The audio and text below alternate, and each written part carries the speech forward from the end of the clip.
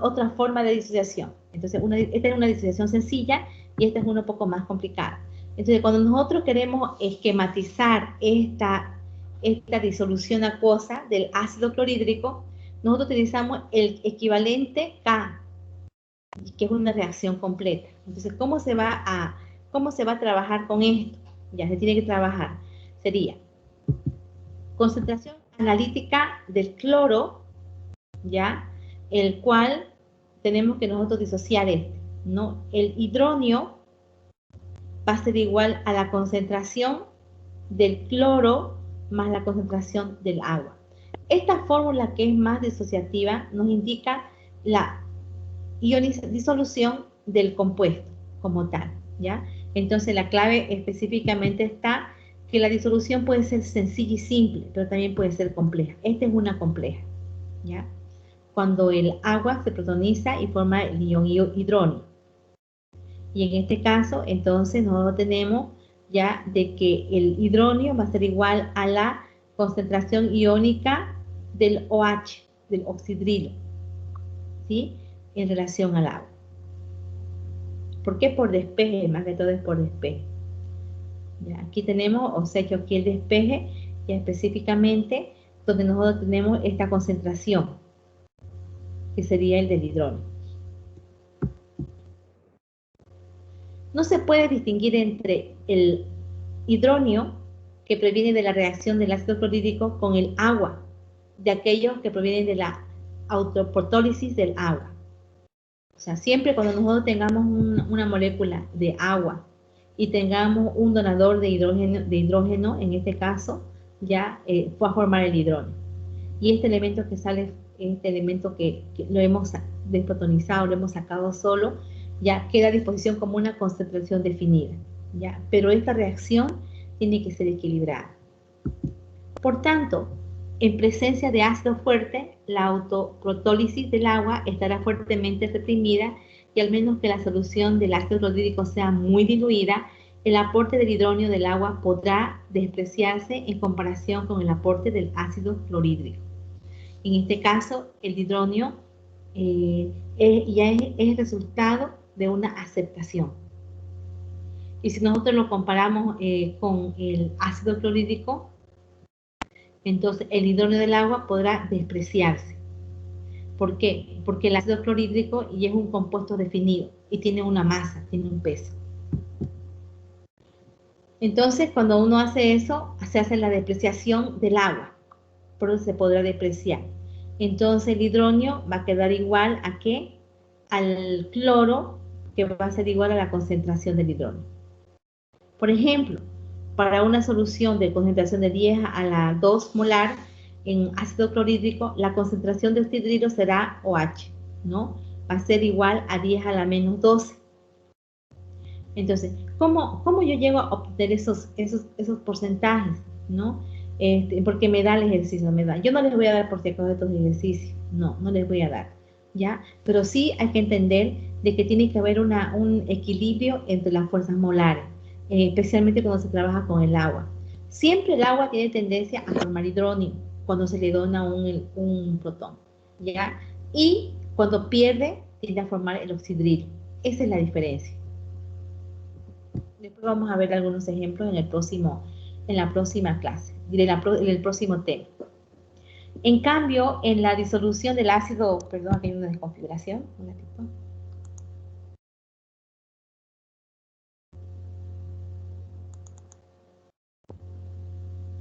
Ya, en la disolución específicamente de un ácido débil, en este caso, que aquí se me desconfiguró,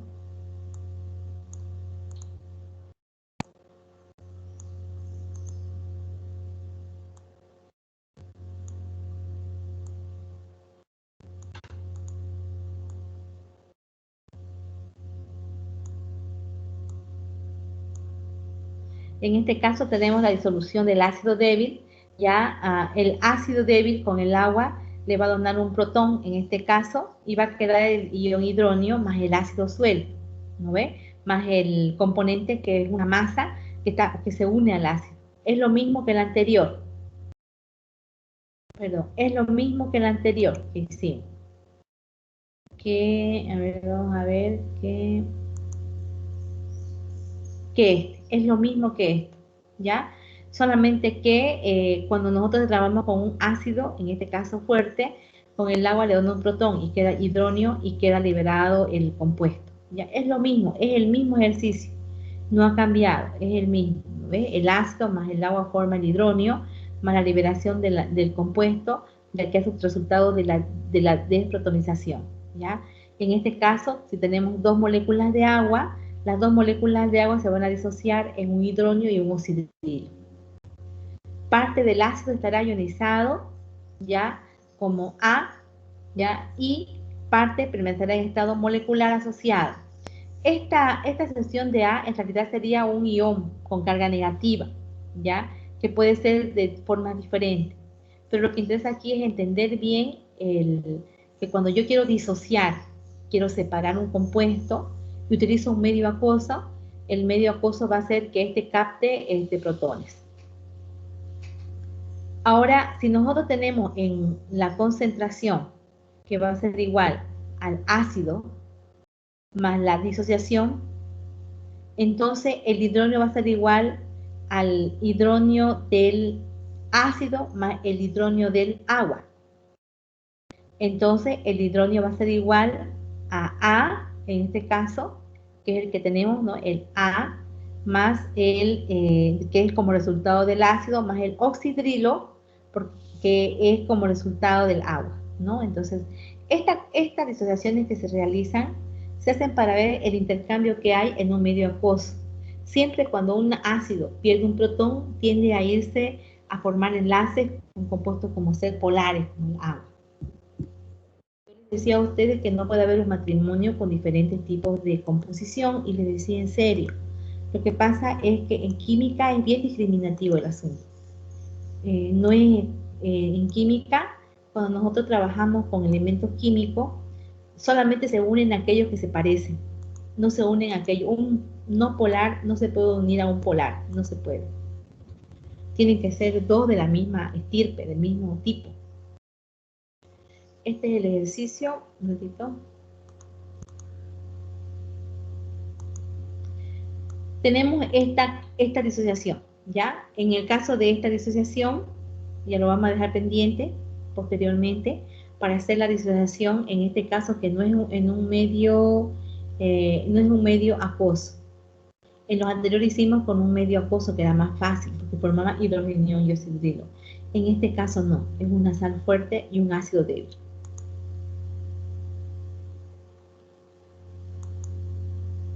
Ahora tenemos nosotros el principio de electroneutralidad.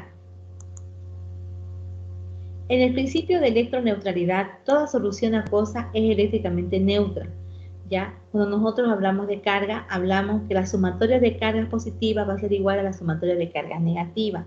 Por tanto, en el caso de una solución de sal, como ser el cloruro de sodio, y que tiene su disociación de catión, que sería el sodio, y el anión, que sería el cloro, ¿ya?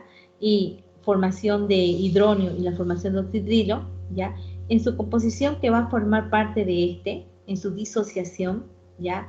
Tiene que haber un equilibrio entre lo que va a ser el hidrogenión y el oxidrilo. Por tanto, en este caso, el sodio más el hidróneo va a ser igual al cloro más el oxidrilo.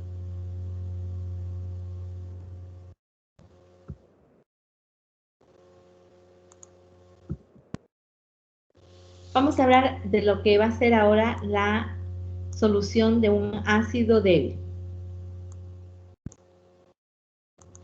En el caso de los ácidos débiles, generalmente como ser el catión el catión hidróneo, que proviene de la disociación del ácido y del agua, ¿ya? Entonces va a formar los aniones que van a ser igual al ácido y el oxidrilo. O sea, en otras palabras, siempre se va a dar esta formación. Aquí. Siempre se va a dar esta formación, ¿sí? El sodio de valencia positiva más el hidróneo va a ser igual al cloro de valencia negativa más el oxidrilo. Y de la misma forma tenemos aquí, ¿no?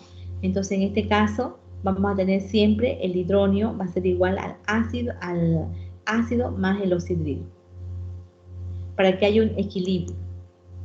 En este caso, en este ejercicio que tenemos nosotros, que es el amoníaco más el agua, va a formar el amonio más el oxidrilo, ¿ya? Entonces, aquí hay un juego de hidrógeno en el intercambio del compuesto. Ahora la pregunta, ¿para qué nos puede servir esto? Porque yo tengo que aprender el manejo del intercambio de cargas que le donan un hidrógeno al agua y se transforma en hidrógeno, le quitan un hidrógeno al agua y se transforma en un oxidrilo. ¿Por qué tengo que aprender todo esto? ¿En qué me va a servir a mí en mi trabajo de química analítica? Te sirve para mucho. Yo les comento algo. ¿Qué nos diferencia a nosotros del técnico? Lo que nos diferencia a nosotros de un técnico es la capacidad que tenemos para hacer análisis.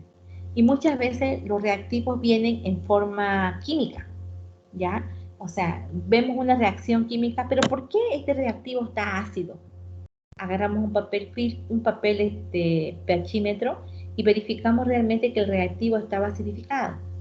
Y mis resultados y mis células rojas se empezaban a cremar. Entonces me dicen, no, oh no, el reactivo está pasado o el reactivo está en mal estado. Entonces, una persona que hace química y que es un profesional no lo dice alegremente, agarra un papel pHímetro y lo mide. El reactivo tiene un pH tanto, le bota una gotita en el papel pHímetro para saber el estado en que se encuentra ya ese reactivo. Ahí es donde entra esto. Ahí es donde nosotros miramos las etiquetas de los reactivos para poder dar un juicio, para poder nosotros decimos, a ver, este compuesto tiene amoníaco y esto huele a amonio. Entonces quiere decir que este reactivo ya no está estable y se ha transformado por la humedad, ¿no? Ha estado en contacto con agua o lo ha dejado medio abierto, entonces hay una transformación a amonio. En ese caso significa que hay una pérdida y hay que hacerse el mantenimiento del equipo o caso contrario, cambiar el reactivo. En este caso tenemos nosotros entonces el catión que sería el hidronio más el amoníaco y los aniones tenemos el oxidrilo. ¿Ya? Entonces el OH va a ser igual al amonio más el hidronio. Entonces este juego de intercambio iónico que hay en medio de los, nos ayuda a entender muy bien de que se da así en el cuerpo, ¿no? Todo nuestro cuerpo es agua, entonces hay un intercambio iónico a nivel de la célula, a nivel de la doble capa lipídica y más que todo a nivel de la mitocondria. Todo esto es todos los días el intercambio iónico que se da a nivel de la mitocondria para formar ATP, ¿no? Entonces uno dice, pero ¿por qué razón? Porque hay un equilibrio, un tampón, mis células están equilibradas, yo no estoy acidificada, estoy sana. Desde el momento que mis potenciales de hidrógeno estén en movimiento, se cambien, entonces es otra la historia, ¿no? Otra va a ser la historia. Bien. Aquí tenemos lo que vamos a plantear. Estos ejercicios todavía ustedes no lo van a hacer, ¿ya? Cuando nosotros entremos al laboratorio lo vamos a hacer en pizarra. Como en marzo vamos a entrar, tenemos que hacer sí o sí en pizarra porque vamos a hacer algunas reacciones. Yo por lo menos quiero hacer reacciones en tubos de ensayo, donde ustedes empiecen a ver cambios de comportamiento de los iones, de los cationes, para que ustedes jueguen con lo que va a ser las marchas analíticas. Y de esa forma yo puedo enseñarles a ustedes qué es lo más importante, que es la química cualitativa por el cambio de precipitado, iones complejos, cambio de color, formación de coágulos, entre otros puntos más que vamos a ver en la materia, ¿no? Y ahora vamos a hablar acerca de los ácidos y bases fuertes. Los ácidos y bases fuertes, ¿ya? Tienen gran importancia. Por un lado, hay que saber diferenciar. Ya tenemos primeramente los ácidos, ya que son fuertes, sería el ácido clorhídrico, el ácido monohídrico, el ácido perclórico, el ácido nítrico, el ácido cianhídrico, el ácido sulfúrico, el primer protón y el ácido iohídrico, ¿no? Todos estos ácidos tienen varias funciones.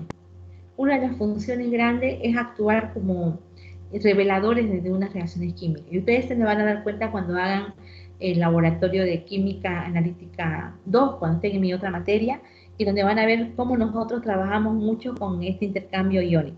¿no? Especialmente cuando nosotros hacemos las marchas analíticas. Y una base fuerte puede ser el hidróxido de los metales alcalinos, como ser hidróxido de litio, de sodio, de potasio, de rubenio, de cesio, o el hidróxido de bario y de estroncio. O sea, quiere decir que el hidróxido llega a unirse al no metal, ¿ya? Y al metal para formar bases fuertes.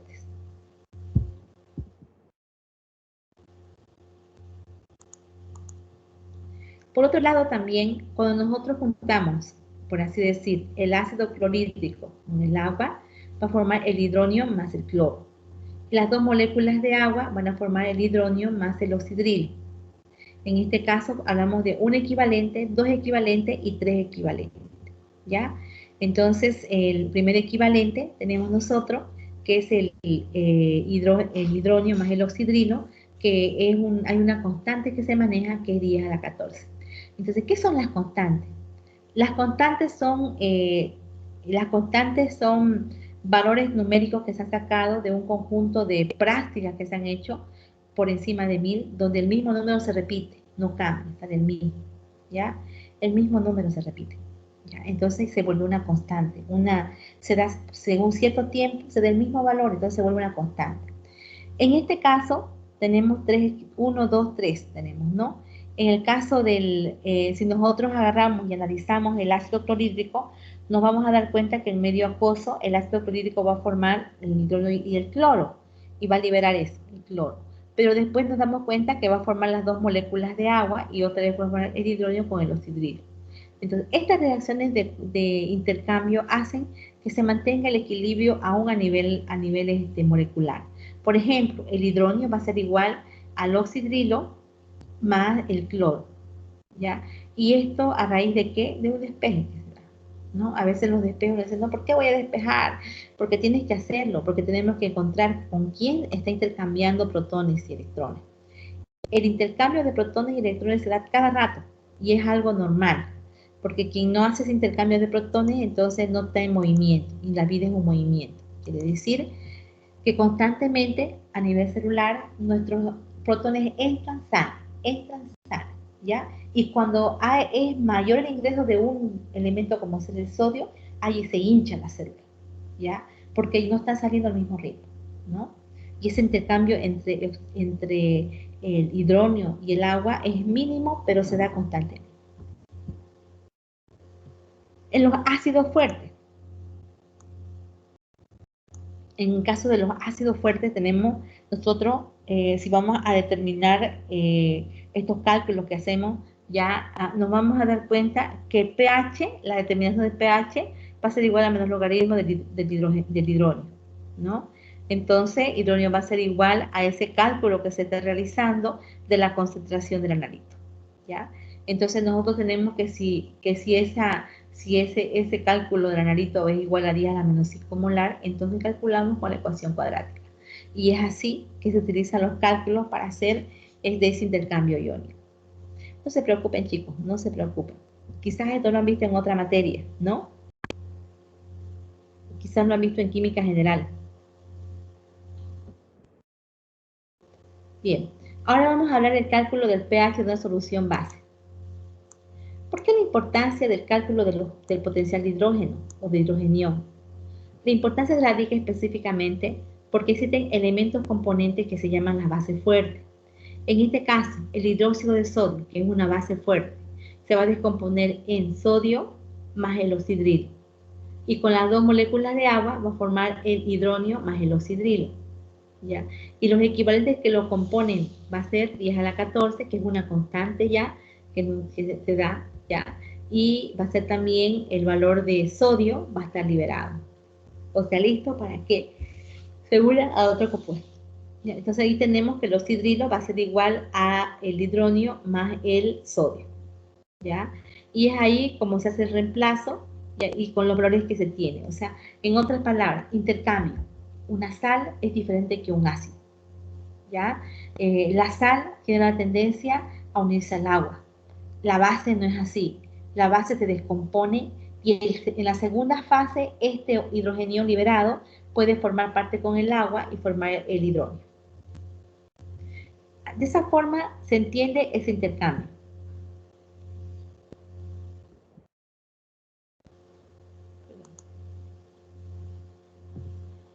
Y en el caso de la base fuerte, porque existen bases fuertes específicamente, ¿ya? Entonces nos damos cuenta que en una base fuerte la constante ha variado, ya no es 10 a la menos 14, la constante es 10 a la menos 5. Entonces decimos entonces que el pOH va a ser igual a menos logaritmo del OH por dp, ¿ya? Y si, ¿qué tal si es menor a menos 10 a la 5 molar? Entonces calculamos con la ecuación cuadrática, ¿ya? Entonces yo no les enseño todavía la ecuación cuadrática. Eso ustedes aprenden en química 100 o química inorgánica. Esto solamente es un repaso de lo que ustedes ya han aprendido, que a mí me interesa porque vamos a trabajar nosotros con marchas analíticas catiónicas y aniónicas, y donde estas van a tener un comportamiento. A veces algunas son reactivas con el agua, por ejemplo el calcio. El contacto del calcio con el agua, explosión, fuego, ¿no? Entonces, el calcio no es tan alegre, digamos, no podemos darle agua alegremente, tenemos que controlar su contenido de agua. Bien, entonces ahora hemos acabado esta primera parte. ¿Qué es lo que he aprendido con esta clase? Porque esta es una primera parte, ¿no? Ahora vamos a empezar con la segunda. En el tema número 3 es el equilibrio ácido-base. El objetivo del tema número 3 era que ustedes pudiesen identificar cómo se daba el equilibrio. Y el equilibrio ácido-base sería mantener el oxidilo y el hidrogenio al mismo nivel para que a nivel celular estos se intercambien mutuamente y que sea entra, sale. Tú me das protón, yo te entrego protón. Para que formemos ATP tiene que ser así, ¿ya? Entonces hemos terminado el tema número 3. Voy a guardar porque se acomodos antes de colocar. Tanto que me costó esto. Tutti. Ya. Ahora voy a entrar al tema número 4.